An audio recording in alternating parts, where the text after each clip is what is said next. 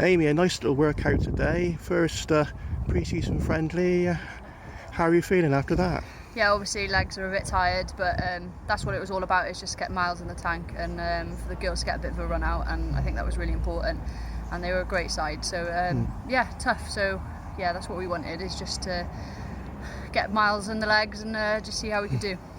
How's pre-season been going in general? It's been a long time since you played the last game. Yeah, it has been. A few of us have been playing for our development team because we're quite a community club anyway. But yeah, it's been going really well. Obviously, we've got Chris come in, a bit of a training regime, so we've had a lot of gym sessions to do before we actually started pre-season. We've done a lot of fitness testing, so we know what our base is.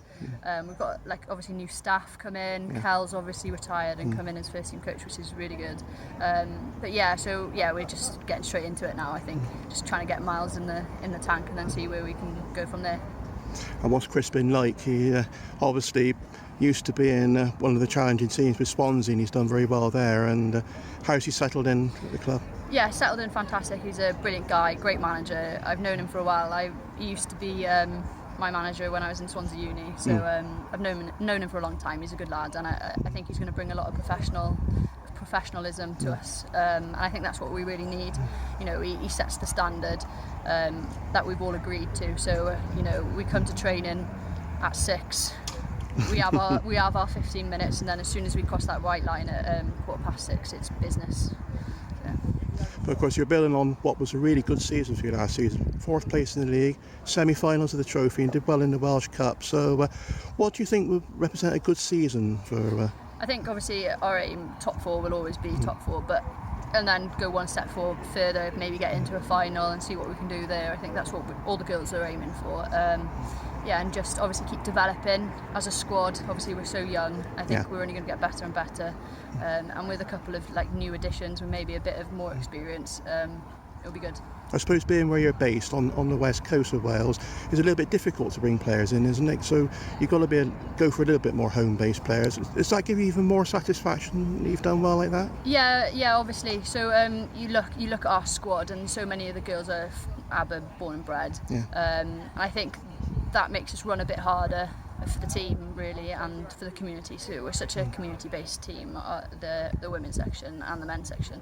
But yeah, so it's just good to show the young kids have got someone to look up to, and a few of us take the sessions with the under 12s, the under 14, so you can see that step up. And like I said, we've had quite a few young players that have come through this season. There was about 3 of them that haven't played any first team football for us last season, so they've only just come into the squad, and they did fantastically. So it's just trying to see where they can fit in and what they can do, and for Chris to see what everyone can do. And obviously we've come out here with a completely new way of playing, and we just have to get used to it.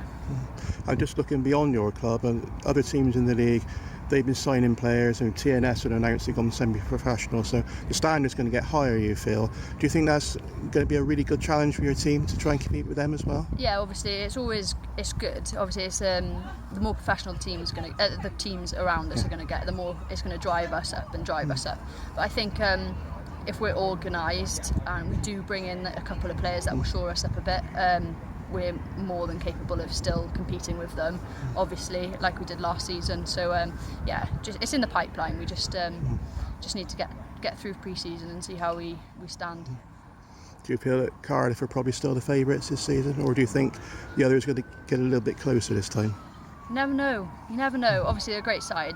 They're all great sides. You know, you don't have an easy game in our league, which is can be hard. Obviously hard on the body, but yeah, I don't know. Obviously, yeah, I would say they are favourites, but yeah, you're not going to have favourites in our league. You can't write Swansea City off, and obviously what Wrexham have done is fantastic, as well as TNS. Yeah, and everyone really. So they've all made great signings. Barry have made a few of the important signings from Ponty. So yeah, it's going to be nice and competitive. You mentioned Kelly just now. We touched on that. Obviously, you say she's retired after playing for so long for the club without meaning to age her. But how is it going to be seen strange next season playing without Kelly on the pitch, seeing her on the bench instead?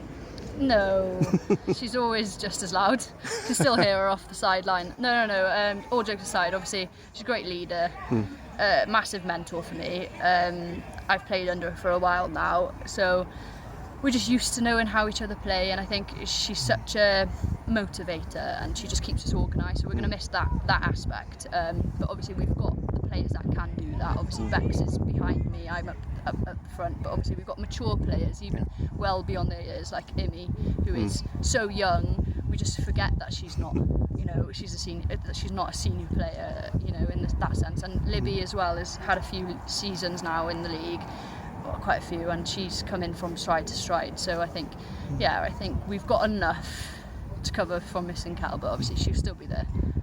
Last season you were playing 15-year-olds and 16-year-olds in the team. You led the league for a while at the start of the season.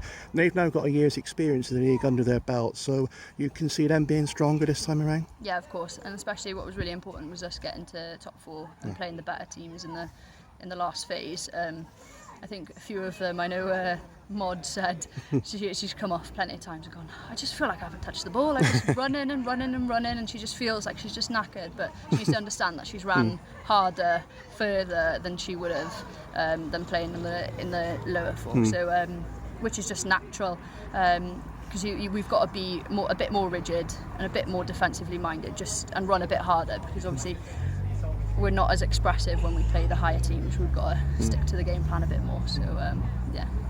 Well, we'll keep a close eye on you and how you're going. Thanks for your time, Amy, and wish you and Aberystwyth the very best of luck this season. And thanks for taking the time and coming and talking to us right now. Thank you.